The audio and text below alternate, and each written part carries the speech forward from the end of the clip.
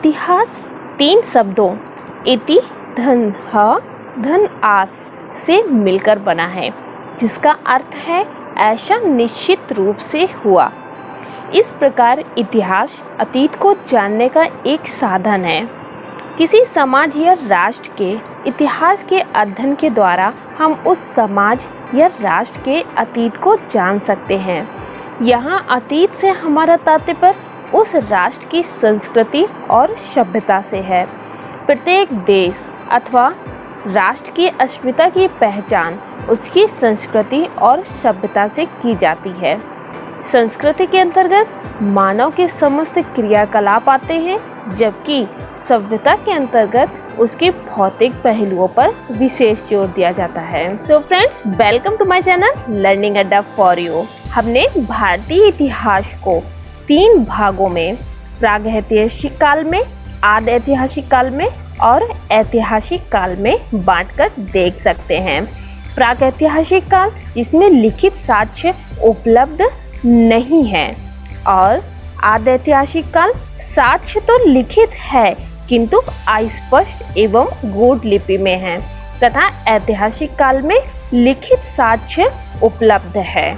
जिस काल का संपूर्ण अध्ययन पुरातात्विक स्रोतों पर निर्भर है, अर्थात जिस काल में लिपि का विकास नहीं हुआ था, उसे हम प्रागैतिहासिक काल कहते हैं।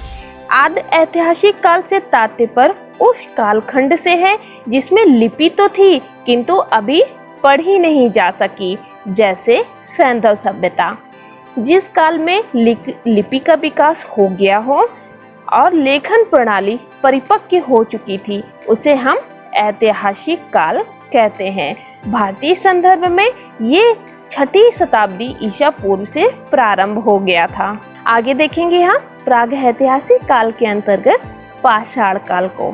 मानव सभ्यता के आरंभिक इतिहास को पूरा पाषाण काल, मध्य पाषाण काल और नव पाषाण काल में विभाजित किया गया है। पूरा पाषाण काल को 5 लाख से 10,000 ईसा पूर्व के बीच निर्धारित किया जाता है, जो समय कालखंड में सबसे अधिक समय लेता है।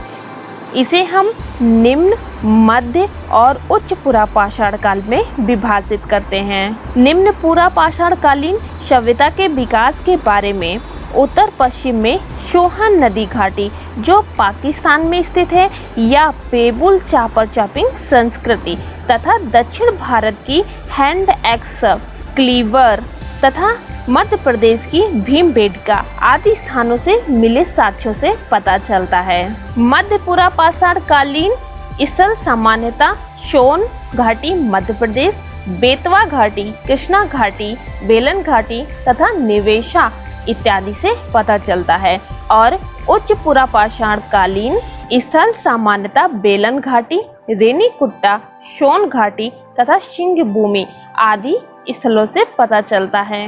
भारत में प्रागैतिहासिक काल के जनक डॉक्टर प्राइम रोज माने जाते हैं, जिन्होंने 1882 एडी में कर्नाटक के राजापुर जिले या रायचूर जिले में लिंग शुगुर नामक स्थान पर पाषाण उपकरण की खोज की, जो पत्थर के बने हुए थे, जिसमें छुरा और तीर के फलक थे। 1853 ईस्वी में जॉन इवांस महोदय द्वारा मध्य प्रदेश में नर्मदा नदी के तट पर नरसिंहपुर पर बड़ी संख्या में पाषाण उपकरण प्राप्त हुए थे। इसी क्रम में 1863 में रॉबर्ट बुशफूड, जो जियोलॉजिकल सर्वे के प्रमुख थे और भूवैज्ञानिक भी थे, इनके द्वारा मद्रास के निकट पलवरम नामक स्थान पर हैंड एक्स प्राप्त हुआ। वहीं 1884 ईस्वी में विलियम किंग द्वारा अतिरम पक्कम में भी हैंड एक्स की खोज की गई है। 1950 ईस्वी में स्टुअर्ट पिगट ने अपनी किताब प्री हिस्टोरिक इंडिया में पाषाण काल के बारे में विस्तृत चर्चा की है। भारतीय पूरा पाषाण युग को मानव द्वारा इस्तेमाल किए जाने वाले पत्थर के औजारों के स्वरूप और जलवायु में होने वाले परिवर्तनों के आधार पर 3 अवस्थाओं में विभाजित किया जाता है: पूरा पाषाण काल, मध्य पाषाण काल और उच्च पाषाण काल। वहीं पे हमने पूरा पाषाण काल को निम्न पुरापाषाण काल, मध्य पुरापाषाण काल और उच्च पुरापाषाण काल में विभाजित किया गया है, क्योंकि इन कालों में पत्थरों के औजार का जो स्वरूप था वो बदला और जलवायु में जो होने वाले परिवर्तन थे वो भी बदले और अलग अलग प्रकार के मानव की उत्पत्ति हुई। मतलब मानव के विकास का क्रम निर्धारित हुआ। यहाँ पर दूसरा मानव था, वही मानव का विकास हुआ तो वो और परिपक्व हो गया और उच्च पुरापाषाण काल में मानव और अपने वर्तमान स्वरूप में आ गया। अब एक मन में प्रश्न उठता है कि इसका नाम पाषाण काल क्यों रखा गया? क्योंकि पाषाण काल के मानव के हथियार पाषाण निर्मित थे, इसलिए विद्वानों ने इस काल को पाषाण काल का नाम दिया। पुरा अवशेषों की त्रिकाल पद्धति के अनुसार वर्गीकरण करने का श्रेय टॉमसन को जाता है। टॉमसन ने ही पाषाण काल, कांस्य काल और लौह काल का त्रिवर्गीय विभाजन किया था। वहीं जॉन लुबाक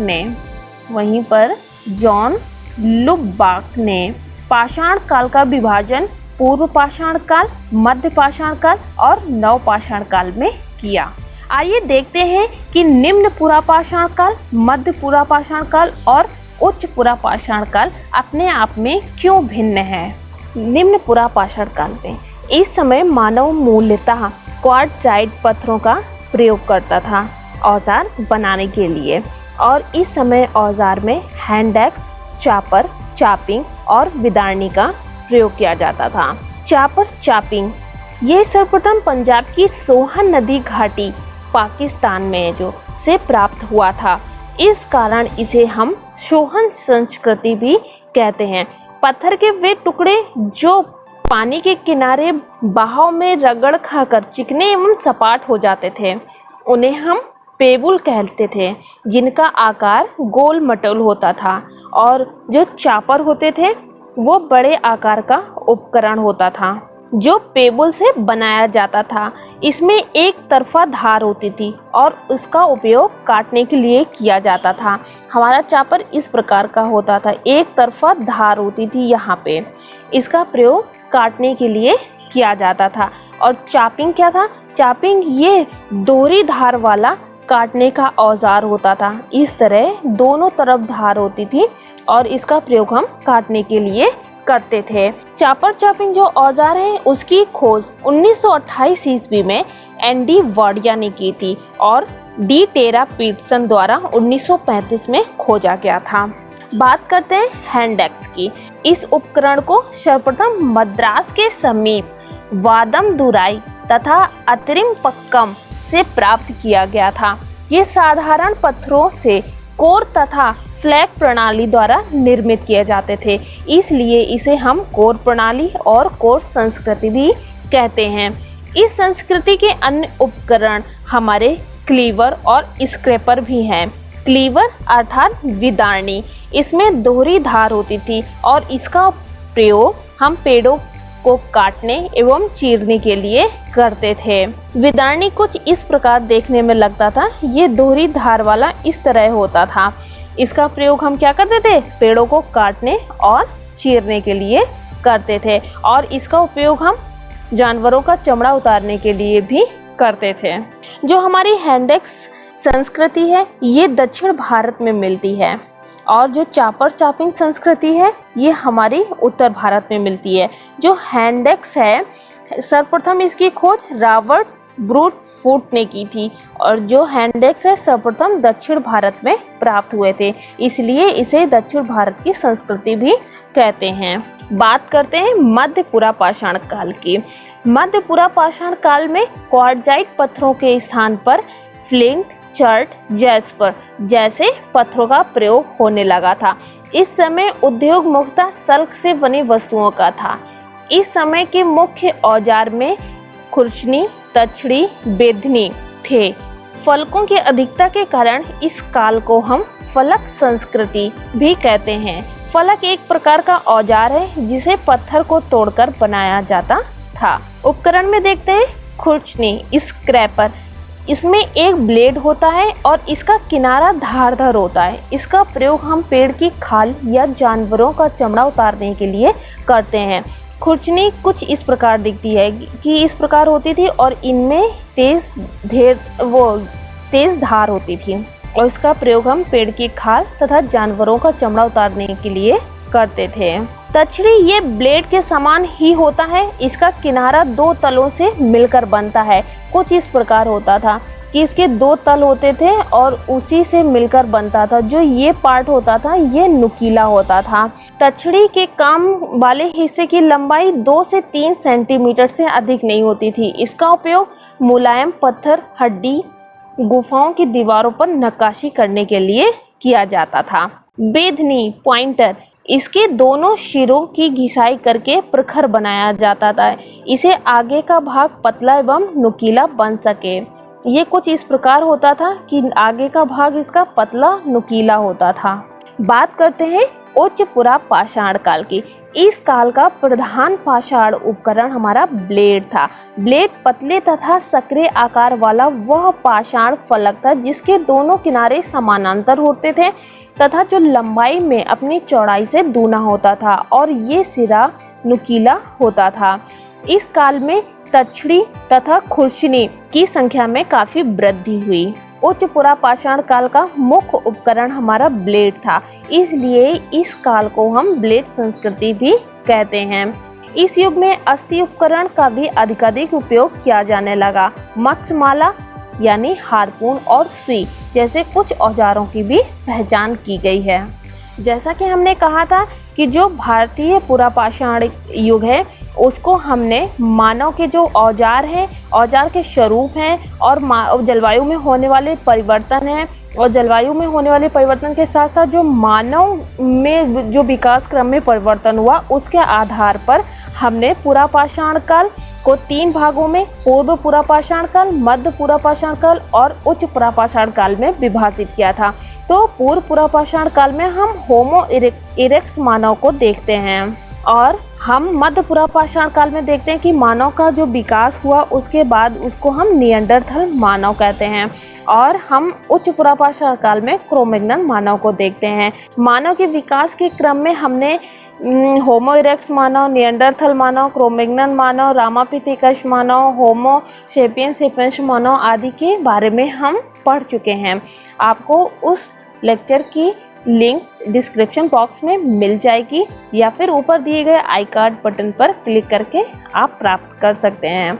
आइए देखते हैं कि पूर्व पुरा पाषाण काल, मध्य पुरा पाषाण काल और उच्च पुरा पाषाण काल में कौन कौन से स्थल थे और कौन कौन से स्थल से उपकरण और पुरा पाषाण कालीन चीजें हमको मिलती हैं। सर्वप्रथम देखते हैं पूर्व पुरा पाषाण कालीन स्थल को। ये कश्मीर के पोतवार का पठार और लिद्दर नदी घाटी में पहलगांव में हम पुरा पाषाण कालीन उपकरण को देख सकते हैं। राजस्थान में मरुभूमि में और डिडवाना में हमें पुरा पाषाण कालीन उपकरण मिलते हैं। महाराष्ट्र के नेवासा में सर्वाधिक पूर्व पुरा पाषाण कालीन उपकरण प्राप्त हुए हैं। इसी के क्रम में उत्तर प्रदेश की बेलन नदी घाटी जो मिर्जापुर इलाहाबाद क्षेत्र में है यहाँ पर प्राप्त होते हैं। मध्य प्रदेश में भीमबेटका और नरसिंहपुर, पश्चिम बंगाल में वर्धमान, ये हमारे स्थल हैं जहाँ पर पूर्व पुरा पाषाण कालीन औजार की प्राप्ति होती है। बात करते हैं मध्य पुरा पाषाण कालीन स्थल की। नेवासा जो महाराष्ट्र में प्रवरा नदी के तट पर स्थित है और नेवासा को ही मध्य पाषाण काल का प्रारूप स्थल कहा गया है।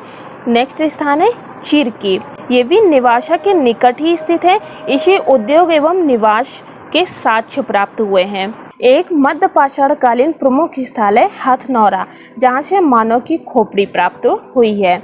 अब देखते हैं उच्च पुरा पाषाण कालीन स्थल के बारे में।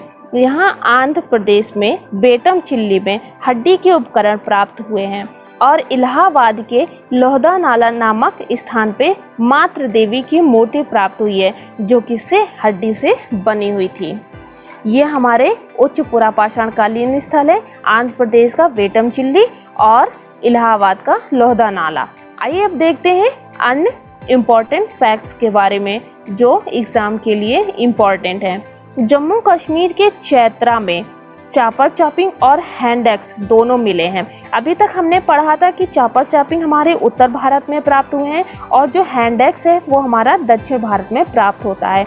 परंतु जम्मू कश्मीर का जो स्थान है चैत्रा, यहाँ पर चापर चापिंग और हैंड एक्स दोनों मिलते हैं। ये एग्जाम के दृष्टिकोण से इम्पॉर्टेंट पॉइंट है।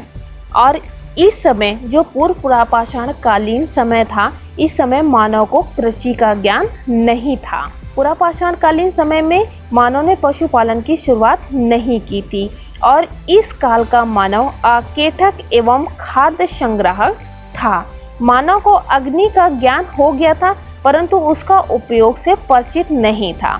वास्तुकला, मृदभांड कला का विकास हमारा नहीं हुआ था। कब नहीं हुआ था? पूर्व पुरापाषाण कालीन समय में। जो मध्य पुरापाषाण कालीन का समय था, इस काल में क्या हुआ था? तापमान में भारी कमी आई थी जिसका प्रभाव पाषाण प्रौद्योगिकी और औजार की किस्मों पर पड़ा था।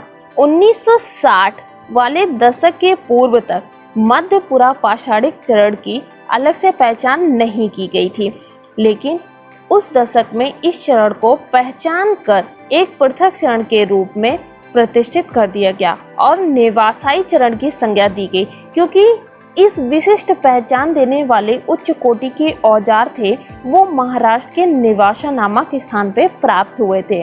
निवासा के निकट चिरकी में मध्य पुरापाषाण काल के उद्योग एवं निवास के भी साक्ष्य मिलते हैं। आइए अब देखते हैं उच्च पुरापाषाण कालीन कुछ तथ्यों के बारे में।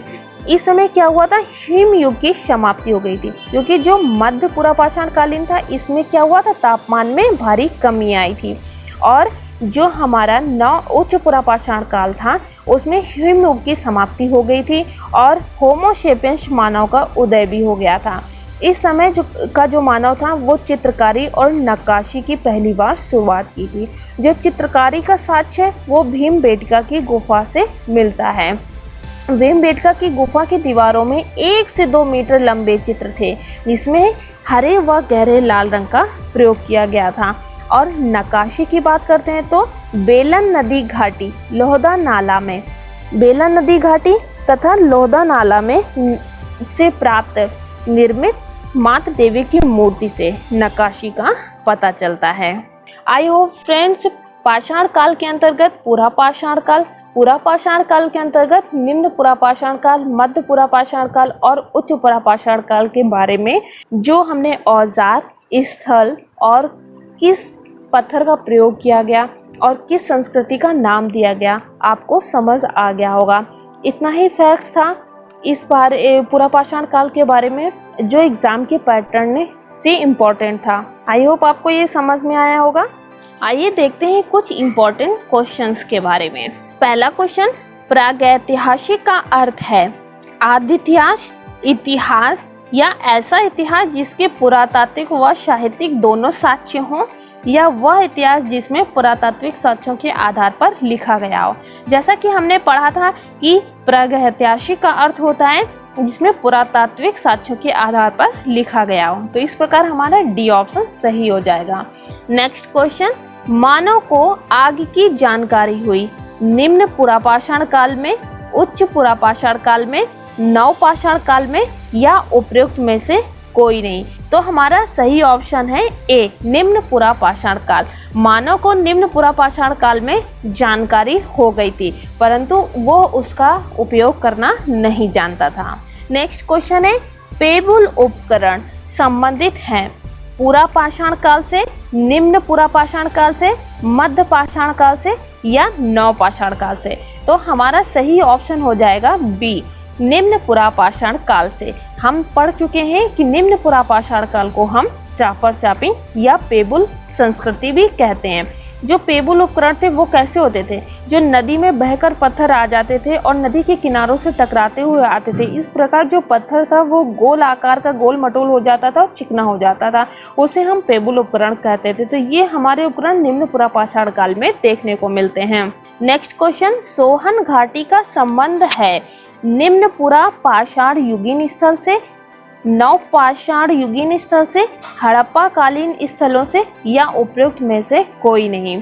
तो हमारा सही ऑप्शन हो जाएगा ए, निम्न पाषाण युगीन स्थल से, क्योंकि जो निम्न पुरापाषाण काल के स्थल हैं वो हमारे पाकिस्तान में पंजाब जो स्थान है वहाँ पर सोहन नदी के किनारे प्राप्त हुए हैं, जिसे हम सोहन घाटी संस्कृति भी कहते हैं। इस प्रकार ये ऑप्शन हमारा सही हो जाएगा। नेक्स्ट क्वेश्चन है, बेलन घाटी से प्राप्त औजार संबंधित हैं वैदिक संस्कृति से, हड़प्पा काल से, निम्न पुरापाषाण काल से या मध्य पाषाण काल से। तो हमारा सही ऑप्शन हो जाएगा सी, निम्न पुरापाषाण काल से। नेक्स्ट क्वेश्चन है, मानव की आखेटक और खाद्य संग्रह की अवस्था जुड़ी है पुरापाषाण काल से, मध्य पाषाण काल से, नव पाषाण काल से। डी ऑप्शन उपयुक्त में से कोई नहीं। तो हमारा सही ऑप्शन हो जाएगा पुरापाषाण काल से। नेक्स्ट क्वेश्चन है, शल्कों अर्थात फलक से बने औजार संबंधित हैं उच्च पुरापाषाण काल से, मध्य पुरापाषाण काल से, निम्न पाषाण काल से या उपयुक्त में से कोई नहीं। तो हमारा सही ऑप्शन हो जाएगा मध्य पुरापाषाण काल से, क्योंकि मध्य पुरापाषाण को हम फलक संस्कृति भी कहते हैं, क्योंकि यहाँ जो इस समय के औजार थे वो फलक से ही बनाए जाते थे, इसलिए ये हमारा बी ऑप्शन सही हो जाएगा। नेक्स्ट क्वेश्चन, भीमबेटका का संबंध है एक धार्मिक स्थल से, एक व्यापारिक स्थल से, एक प्रागैतिहासिक स्थल से जहाँ से चित्रकला के साक्ष्य प्राप्त हुए हैं, या फिर एक प्रागैतिहासिक स्थल जहाँ से लिखित साक्ष्य प्राप्त हुए हैं। तो हमारा सही ऑप्शन हो जाएगा सी,